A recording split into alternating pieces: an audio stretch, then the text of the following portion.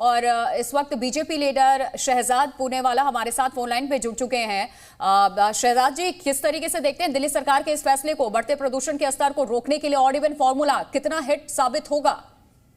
देखिए, जब सर्जरी की आवश्यकता है तब ये टेम्पररी बैंडेज लगा रहे हैं, और वो भी तब जाग रहे हैं जब हमारी भारतीय जनता पार्टी उनको कटघरे में खड़ा कर रही है, जनता उनको कटघरे में खड़ा कर रही है। 9.5 साल तक दिल्ली के प्रदूषण के जो कारण है, अंदरूनी कारण, उनके लिए क्या किया? Industrial pollution, construction dust, vehicular pollution, कुछ नहीं किया।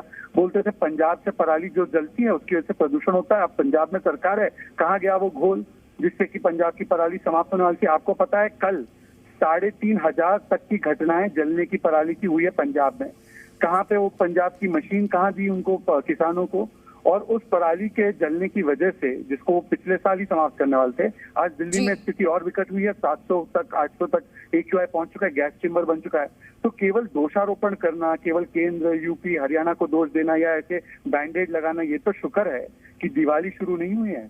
दिवाली शुरू हुई होती तो ये हिंदुओं को दोष देते कि हिंदुओं के पटाखों की वजह से प्रदूषण हो रहा है। आज अरविंद केजरीवाल जी राजनीति में और दोषारोपण में व्यस्त है और दिल्ली की जनता त्रस्त है। बहुत शुक्रिया शहजाद पूनेवाला अपना पक्ष रखने के लिए। और इस वक्त आरपी सिंह जी हमारे साथ जुड़ गए हैं, प्रवक्ता भारतीय जनता पार्टी के। आरपी सिंह जी, ये जो कदम उठाए जा रहे हैं दिल्ली सरकार के द्वारा, आगे ऑड इवन भी लागू किया जाएगा, ये भी बताया गया है, आप क्या कहेंगे? नहीं, ऑड इवन कब लागू कर रहे हैं? जब सारा पोल्यूशन वाला जो मैटर है ठीक हो जाएगा। एक हफ्ते भर की बात है, जब लागू करें, जब लागू नहीं किया। परंतु ऑड इवन से क्या होने वाला है? क्या दिल्ली के अंदर लास्ट माइल कनेक्टिविटी आज है? लोग गाड़ी क्यों निकालते हैं? लोगों गाड़ी की जरूरत क्यों है?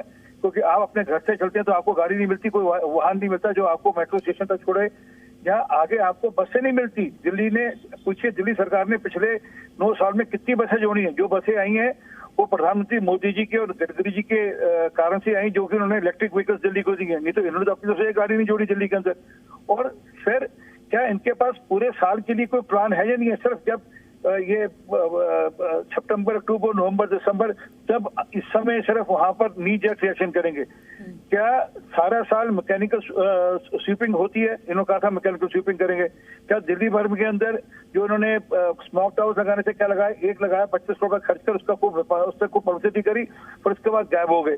क्या दिल्ली के अंदर आज इंडस्ट्रियल पॉलिसी, जो इंडस्ट्री भी बड़ा कारण है, उसके ऊपर कुछ काम किया? सारा साल कोई काम नहीं किया। तो क्या कि ये सारा साल सोते रहते हैं और लास्ट होने वाले नी जर्क रिएक्शन करते हैं। इसका लाभ होने वाला नहीं। आप ठीक है पब्लिसिटी ले लेंगे, आप अपना आपने जो खाना पूर्ति कर लेंगे, पर मूलतः केजरीवाल साहब को काम करने की आदत नहीं है। दिल्ली के अंदर आज अगर ये मेहनत से, ईमानदारी से चाहे तो दिल्ली पूरी रेड लाइट फ्री हो सकती है। अगर पूरे विपक्ष को और सारे संस्थान को साथ बिठाने पूरी दिल्ली रेड लाइट फ्री हो सकती है। करें मेहनत पर। लेकिन आरपी सिंह जी, दिल्ली सरकार की तरफ से पड़ोसी राज्यों से भी मदद की दरकार है। वो कह रहे हैं हरियाणा भी मदद करे, तभी ये संभव है कि प्रदूषण के स्तर को हम रोक पाए, और साथ ही उत्तर प्रदेश भी। मूलतः तो हरियाणा के अंदर 1/6 है सिर्फ, एक मतलब पंजाब का 6वां हिस्सा सिर्फ पराली जल रही है समय वहां पर, वो भी उसमें भी वहां की सरकार ने शिकंजा कर दिया है। परंतु जो मूलतः जो आज दिल्ली में इस समय समस्या है वो पंजाब के अंदर जो पराली जल रही है उसके कारण से है। उसके ऊपर ये अब जवाब नहीं देते। अभी शहजाद ठीक कह रहे थे, घोल की बात करती, कोई 68 लाख का घोल खरीदा और कोई 25 करोड़ का उस पर विज्ञापन कर दिया। ये सिर्फ इश्तिहारबाजी वाली या पब्लिसिटी वाले लोग हैं, जमीन पे काम करना नहीं, वो सिर्फ दिखावा करते हैं। और एक बात सिर्फ आखिरी, बहुत बहुत शुक्रिया सर आपका वक्त देने के लिए। देखिए, अब यहाँ पराली पॉलिटिक्स भी एक तरीके से शुरू हो गई है। तमाम सहयोगी हमारे साथ बने हुए हैं और बलराम का सबसे पहले रुख कर लेते हैं। बलराम, इसे सीधे तौर पर राजनीति से भी जोड़ दिया गया, क्योंकि दिल्ली सरकार की तरफ से मीटिंग से पहले भी, मीटिंग के बाद भी बार बार बातें दोहराई गई हैं कि इसमें हरियाणा को भी सहयोग करना होगा, उत्तर प्रदेश को भी सहयोग करना होगा। एक छोटा सा सवाल था बीजेपी लीडर से, उनकी तरफ आम आदमी पार्टी ने इशारा किया, पराली पॉलिटिक्स भी शुरू हो गई। सीधे तौर पर उन्होंने कहा कि पंजाब देख लें आप, पंजाब में सबसे ज्यादा पराली इस वक्त जलाई जा रही है और उसी की वजह से हरियाणा इफेक्ट हो रहा है और फिर वो दिल्ली को भी इफेक्ट कर रहा है।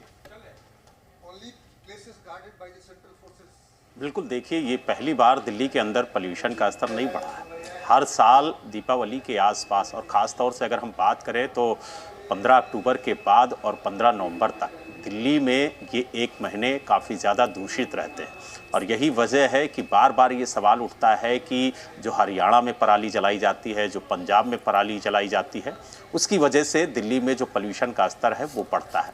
लेकिन हर साल इसी तरीके की डिबेट देखने को मिलती है, इसी तरीके के आरोप प्रत्यारोप देखने को मिलते हैं, लेकिन ठोस कदम किसी की तरफ से उठता हुआ नजर नहीं आता, चाहे वो हरियाणा सरकार हो, चाहे पंजाब सरकार हो, चाहे दिल्ली सरकार हो। बिल्कुल इस तरह की डिबेट है आप याद दिला रहे हैं। यमुना के प्रदूषण को लेकर, यमुना में उठते झाग को लेकर भी ये सवाल हमेशा उठते रहे कि पानी हरियाणा से आता है, उससे पहले पानी कहां से आता है, सारी जिम्मेदारी हमारी नहीं है। आदित्य प्रताप सिंह भी इस वक्त हमारे साथ जुड़ गए हैं, सीधे उनकी तरफ चल रहे हैं। आदित्य, ये डिबेट लंबी है कि सबको सहयोग करना चाहिए, सारी सरकारें एक साथ बैठे तो काम बनेगा, लेकिन इस काम को बनाने के लिए नेता एक साथ आते क्यों नहीं हैं और हर साल क्या सिर्फ ऑड इवन से काम चल जाएगा?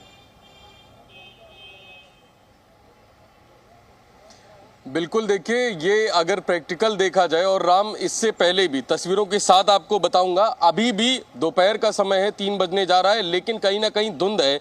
और इससे पहले भी जब ऑड इवन लागू किया गया और इस बार भी ऑड इवन लागू करने की जो समय अवधि है वो 13 तारीख से है, जो कि दिवाली के बाद है।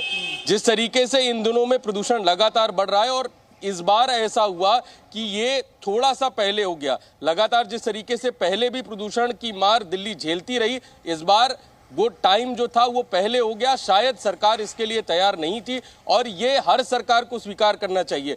वाकई में इस जगह केवल और केवल ब्लेम गेम की पॉलिटिक्स, जिसका भुगतान जो है वो दिल्ली और एनसीआर की जनता दिल्ली में हमें देखने को मिलती है। और बहुत सही कहा आपने आदित्य, अमूमन ये जो इस वक्त स्थिति दिल्ली में हमें देखने को मिल रही है या एनसीआर में, दिवाली के बाद, दिवाली की अगली सुबह देखने को मिलती है और एक हफ्ते से लेकर के 10 दिनों तक ये स्थिति बनी रहती है। और इस बार तो 10 दिन पहले ही दिवाली से ये स्थिति हमें देखने को मिल रही है। बहुत बहुत शुक्रिया आप सभी सहयोगियों का अपडेट देने के लिए।